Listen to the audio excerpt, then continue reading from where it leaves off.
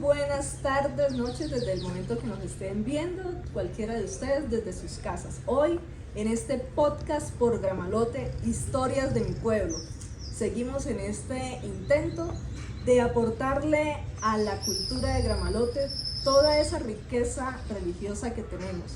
Y hoy vamos a hablarles de algo muy importante, el crucifijo de la fundación.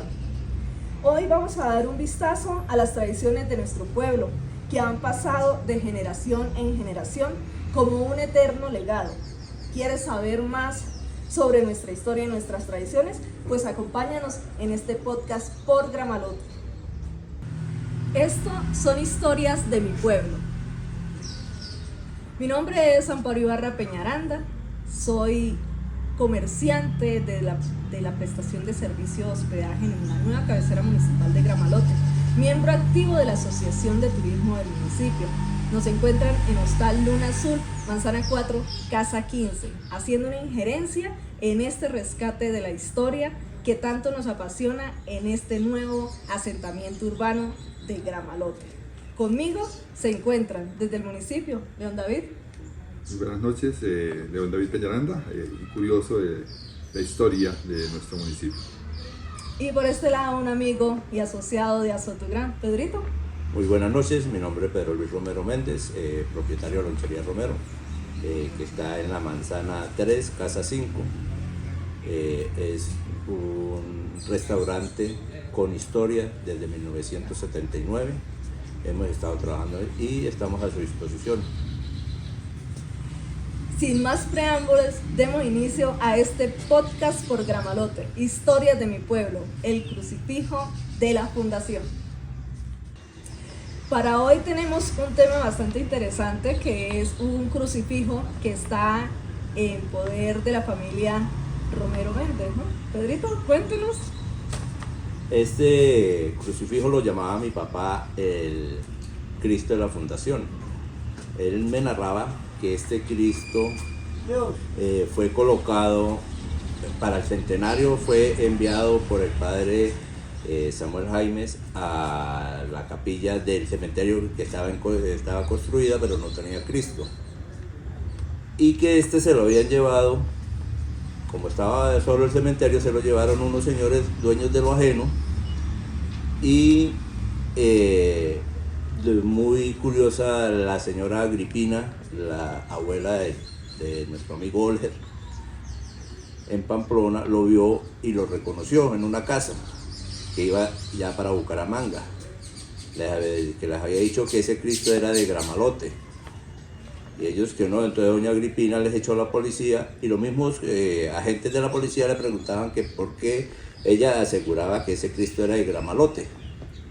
Entonces ella les dijo que ese Cristo, en su parte derecha, tenía marcado el número 839, que ahí pues está cifrado, como por decir algo, y por eso se recuperó ese Cristo. Mi papá me narraba que ese Cristo había, pues, que la historia que él conocía era de que venía desde Caldederos. No sé hasta dónde será cierto, eso era lo que me narraba mi papá, y que pues que este Cristo, aparte del Cristo, el padre Samuel Jaime pues también había reubicado las estaciones de Santo Vía Crucis que habían en la iglesia, que eran pintadas al óleo, que como ya pues era una renovación, entonces estas imágenes pasaron a la capilla del Zumbador, que ahí se encuentran estas imágenes al óleo pintadas, que por cierto ya van a cumplir como 100 años también esas imágenes. Nos hemos encontrado cosas bastante interesantes de estar en manos de una familia gramalotera, pero mire todo el camino que ha trazado acompañándonos ese crucifijo. Podríamos decir que gracias a la traducción oral viene desde Caldereros. ¿En qué momento? Todas esas historias las que queremos rescatar, Jim. Usted que tiene que contarnos. Bueno, pues sí, en el trasteo de 1883, cuando ya la iglesia definitivamente toma la decisión de trastear al nuevo casco urbano, sí se habla de que tomaron el Cristo, y el retablo de la Virgen de Monguí, y lo llevaron al nuevo templo que ya se había construido, ese templo que también duró, pues, se habla desde 1873 que empieza la construcción. O sea, no fue hecho de un momento para otro, se duraron varios años también construyéndolo. Y se habla ya de un Cristo que transportan de las ruinas de Caldereros o de Caldereros al nuevo Gramalote para ese momento.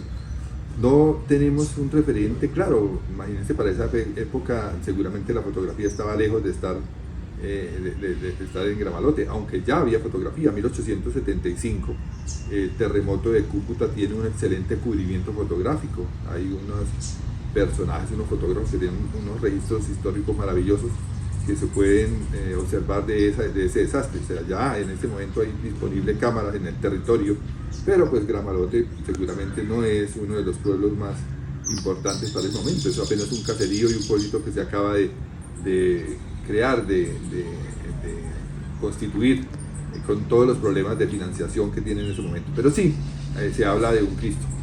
Llegar a decir que es el mismo, pues hombre, no tenemos todavía como una prueba. Es muy interesante lo que nos cuenta Pedrito de que esa cifra que tiene en su cadera, ¿no? La imagen es algo muy, muy particular. Es un Cristo hecho en base en madera, pues con unos retoques en otras sustancias, en otros materiales plásticos, pero pues habría que contactar a un experto en ese arte para que nos digan de la antigüedad, del tipo de madera que es, si es común del territorio, si es nativa, si es extranjera. Seguramente un análisis detallado de todas estas personas que se encargan de las obras de arte nos va a dar mucha lucidez, mucha claridad en el origen de este Cristo que contamos hoy. Sí, es muy interesante esa parte. En 1957 se remodela el templo, toma la conformación que le conocimos nosotros hasta el 2010, y ahí hay una renovación bastante grande. Se compran unas imágenes mucho más, el templo es descomunal, es bastante enorme, entonces las imágenes también las adaptan para ese nuevo templo, mucho más grandes, y algunas son relegadas, entre ellas seguramente este templo, como nos lo cuenta Pedro, pasa a la capilla del cementerio. Hay otras imágenes, las imágenes de marmolina, creo que son, las que están en el templo de la Vía Crucis, que son las imágenes que están hasta ese momento de 1957 en la Catedral de Cúcuta.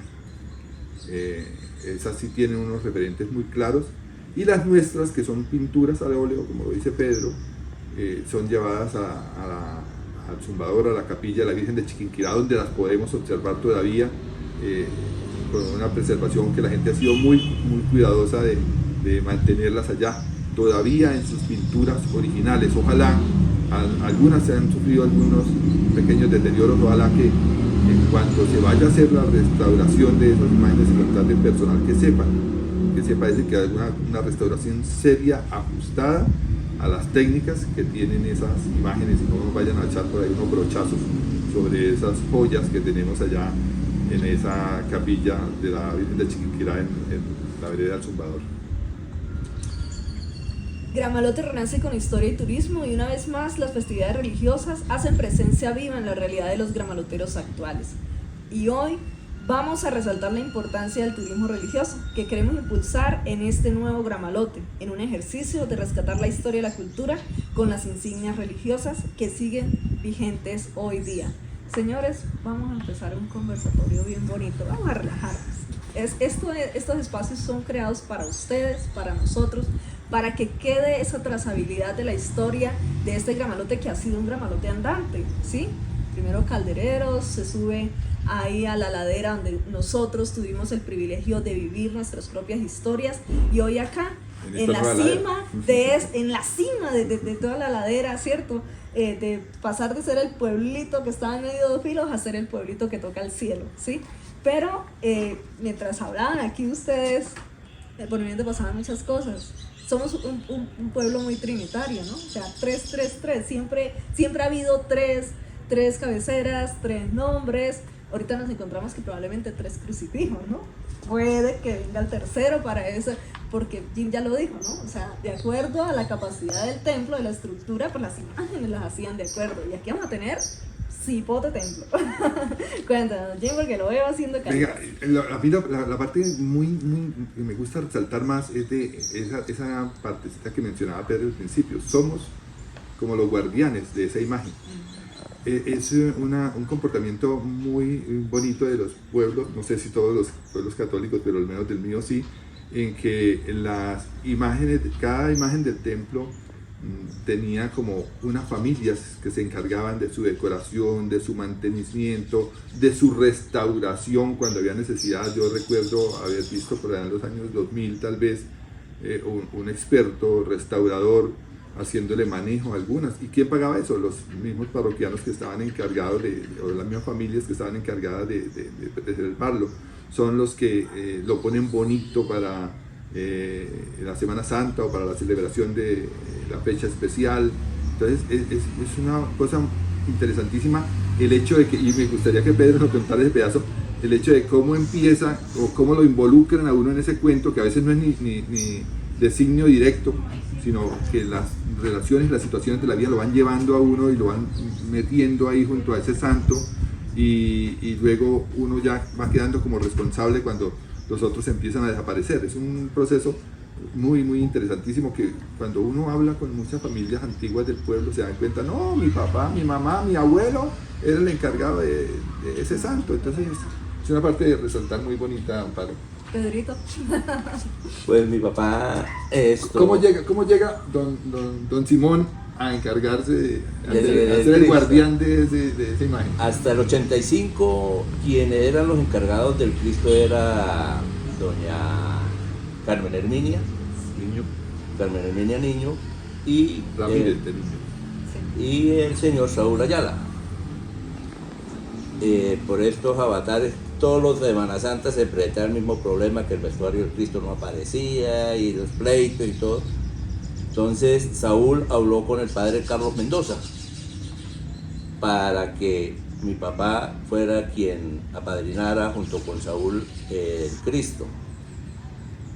El padre Carlos Mendoza aceptó y ya empezaron ellos a comprar el vestuario, porque no le pidieron nada a doña Carmen Herminia. El vestuario es comprado entre Saúl y mi papá.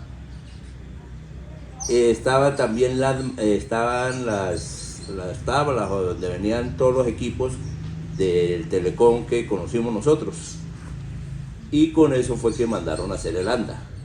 El Cristo tiene su anda propia, su pedestal y su vestuario, que está en mis manos. Pues estuve primero cuando lo mandaron a hacer, porque esa tela la trajeron de Medellín, estaban en manos de Saúl. Él se le compró su propia maletica para guardarlo. Todavía se conserva la maletica. No en el mismo estado, pero sí se conserva la maletica.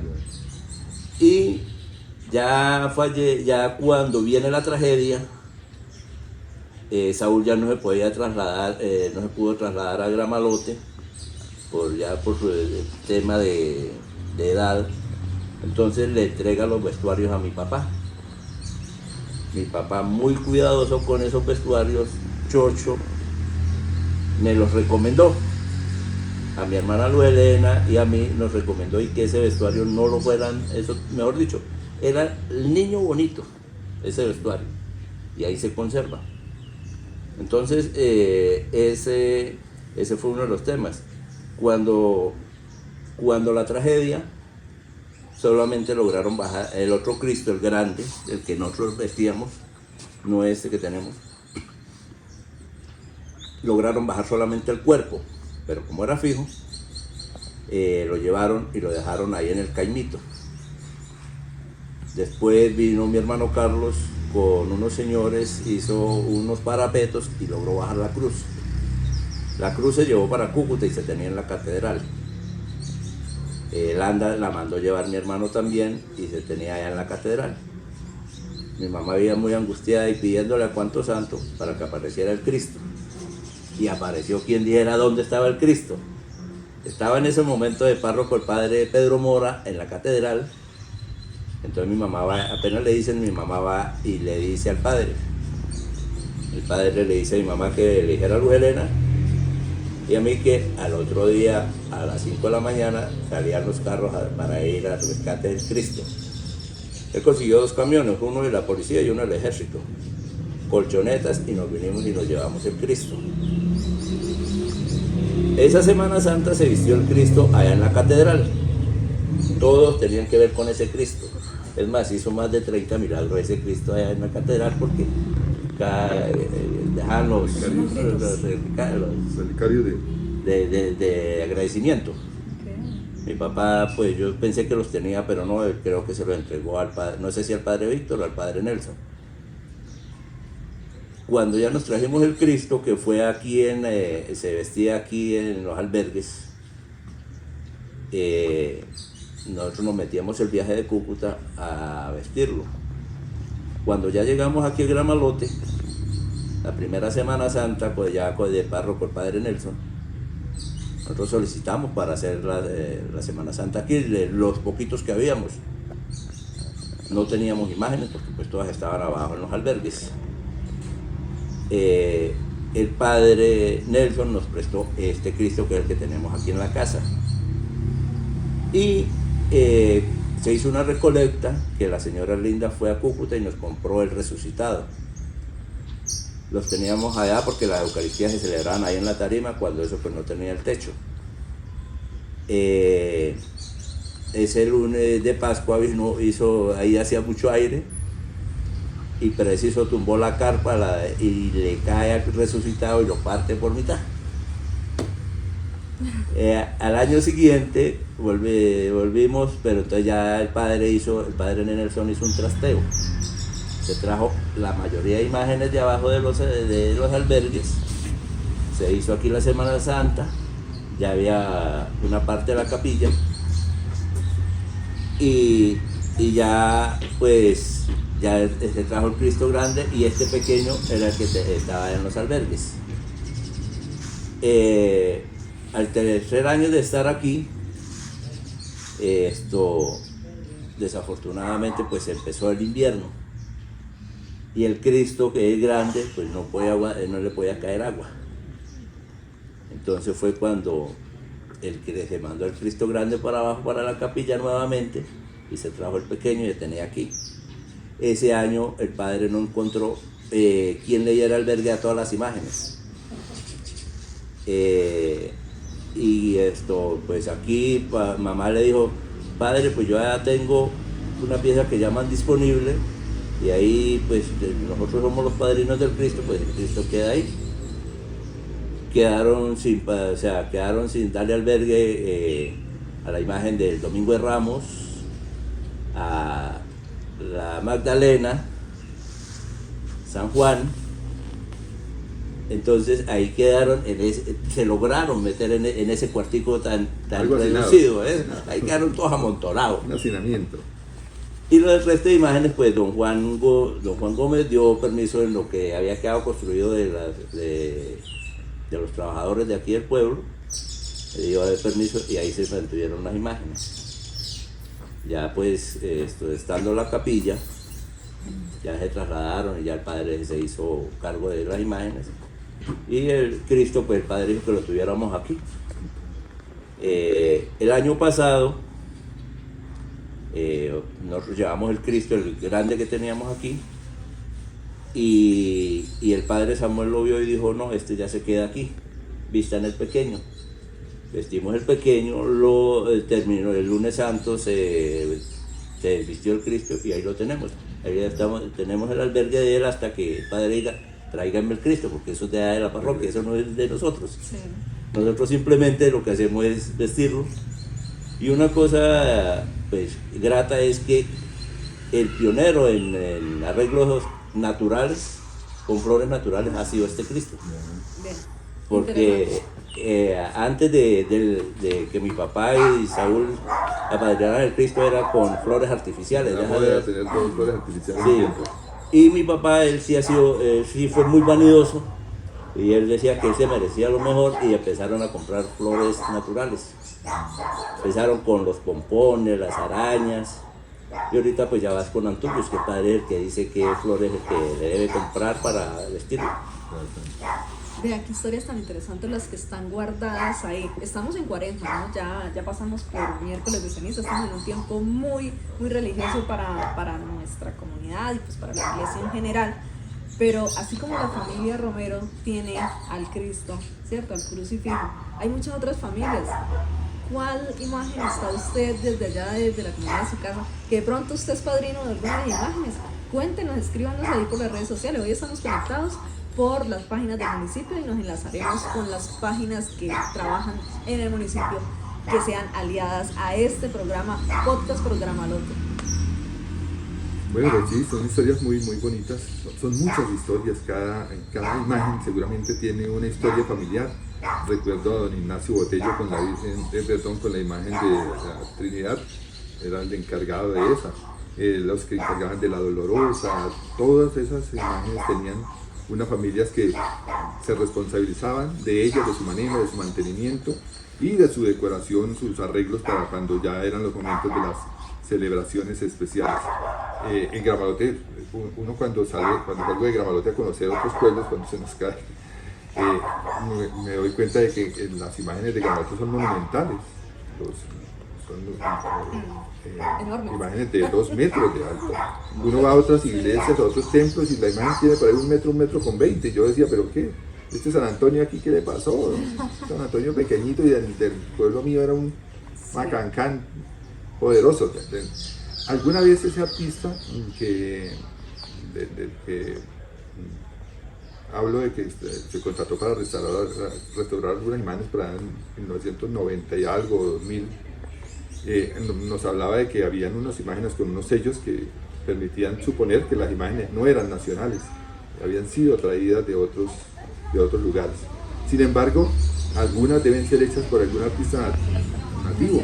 Don Francisco Morales fue una persona a la que le conocí muchas imágenes de tipo religioso muy conmovedoras, que las elaboraba él, construía él unas imágenes, unos semblantes tremendamente conmovedores. Entonces seguramente algunas de esas imágenes son labradas o son hechas por personal nativo, pero otras sí tienen un origen muy particular, entre otras Cristo.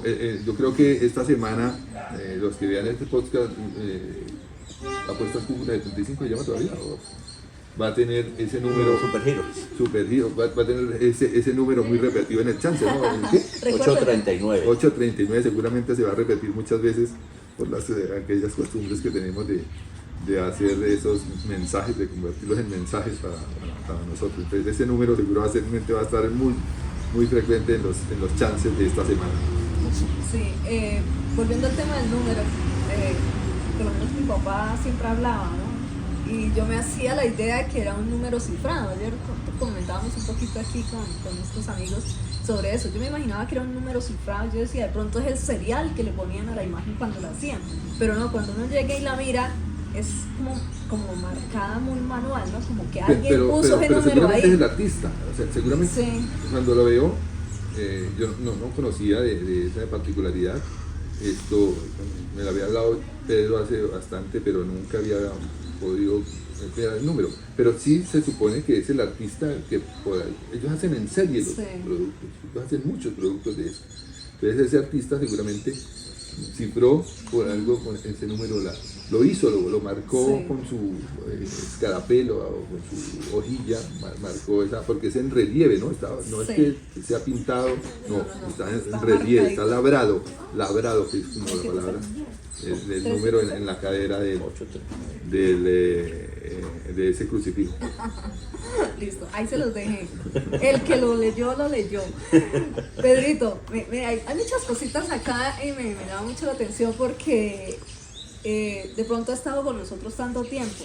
Yo dentro de la asociación, no sé si usted alcanzó a ver en el grupo hoy que estábamos interactuando un poquito con los asociados, preparándonos para este tema de este podcast.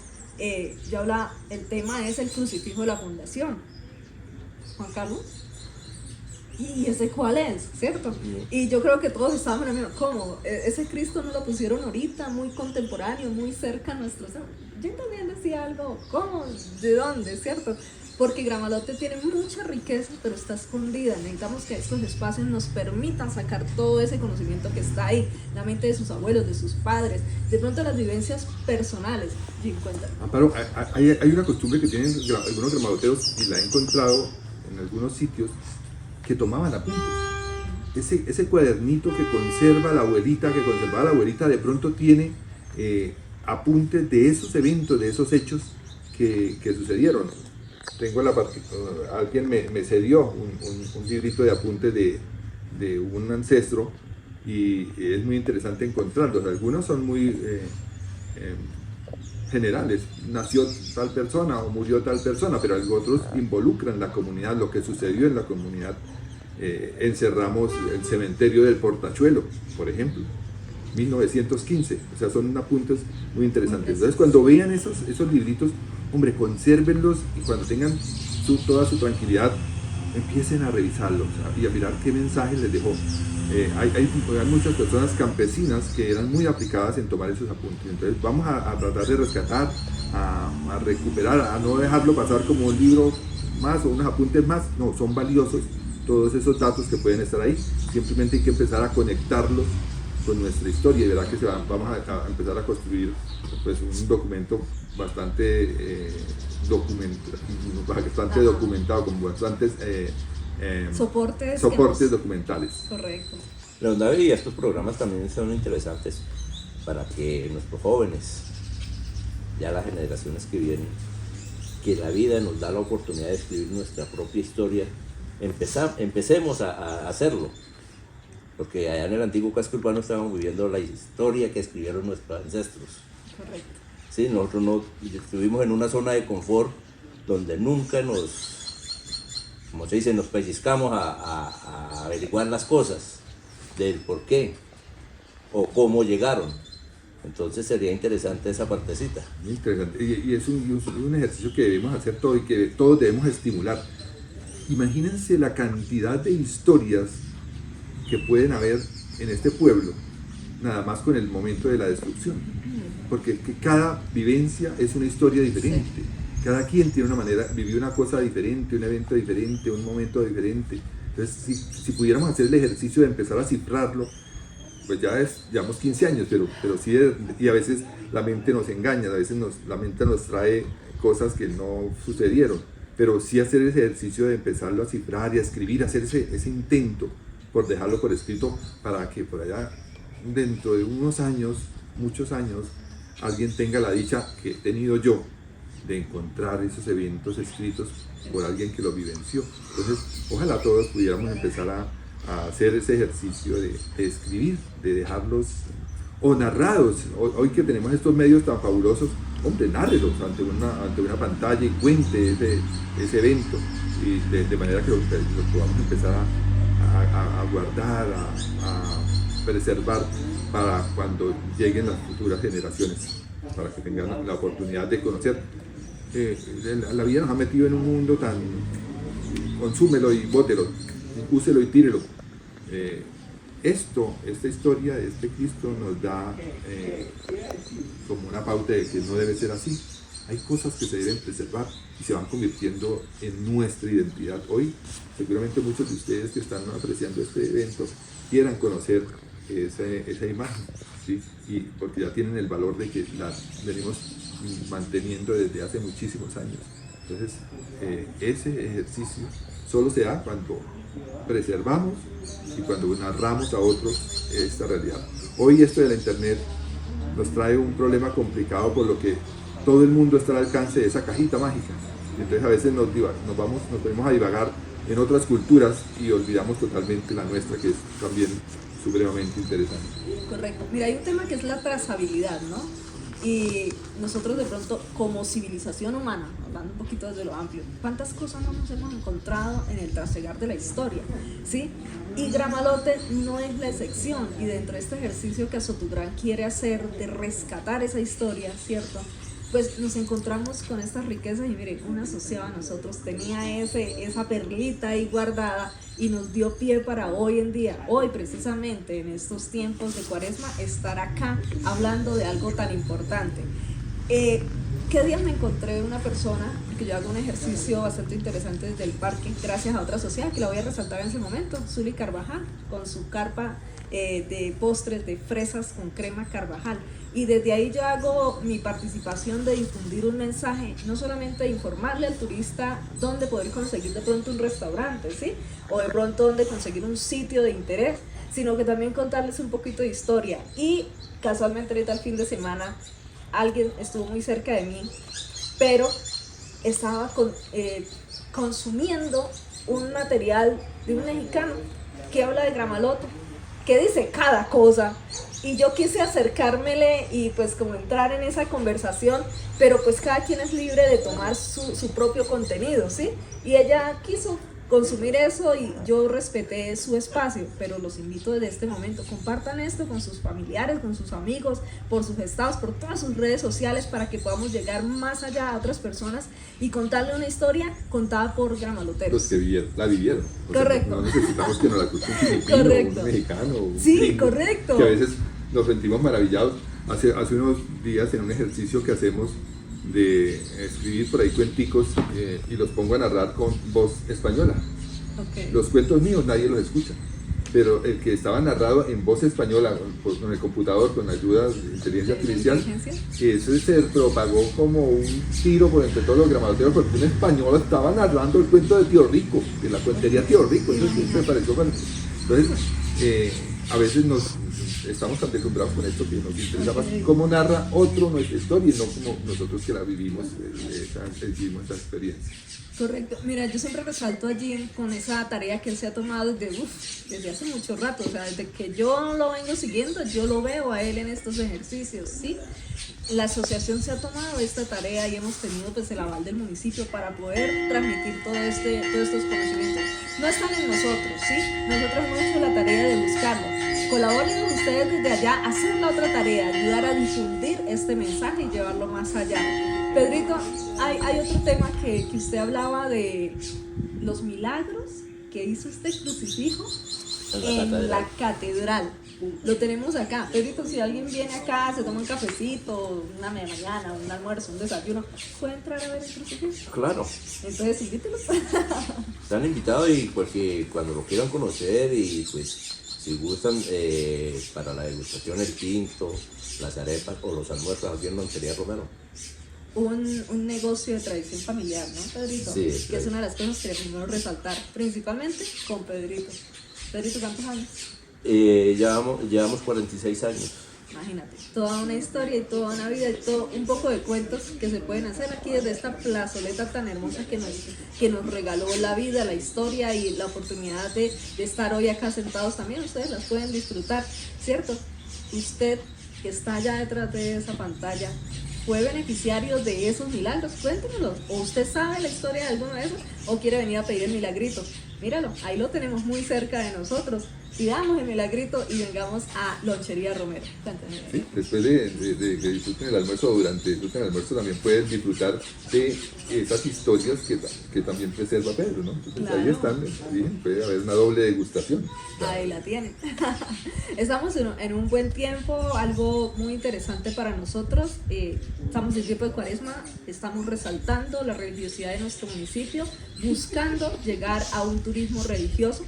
Somos ricos en todo ese material, tenemos madera para eso, aprovechemos todos estos espacios y enriquezcámoslos con todas esas experiencias y todo ese conocimiento que tenemos.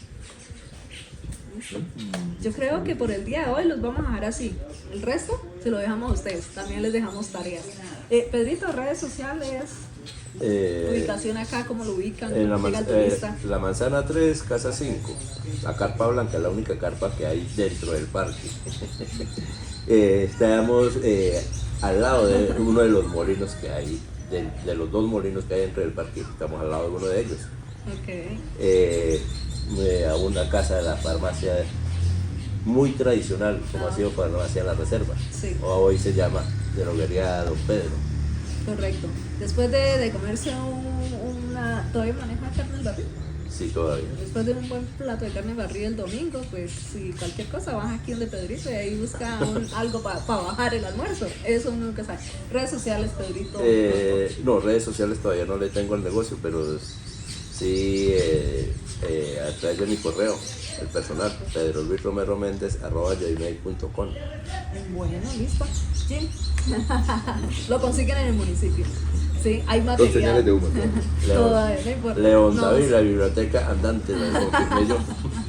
como estamos en temas religiosos, una Biblia. Dios mío, este señor sabe muchas cosas y nos alegra poder disfrutar de ese trabajo que él ha hecho durante toda su historia, ¿cierto?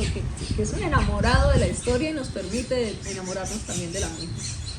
Bueno, hoy detrás de esta pantalla pues está el municipio, que es el que está llevando todo este material digital para que esté al alcance de ustedes. Y tenemos a una persona muy importante. Coordinador, ¿puede hablar para que lo escuchen y no sé de sus redes sociales?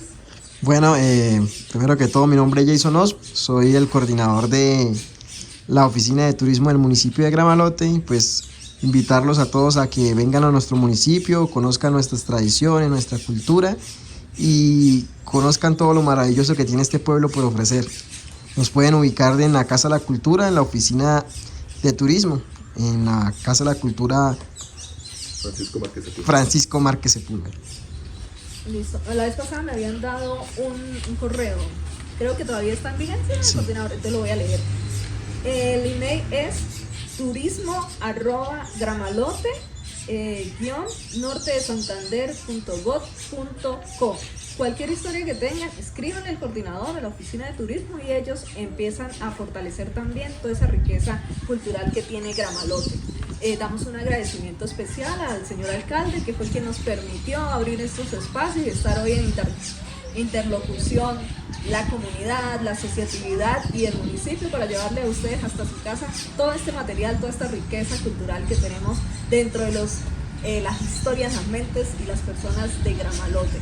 Azotugran la consigue en Facebook, en TikTok, en Instagram como Azotugran. Ahí tenemos material muy interesante para que ustedes también nos sigan y nos ayuden a difundir todas esas historias que tenemos ahí.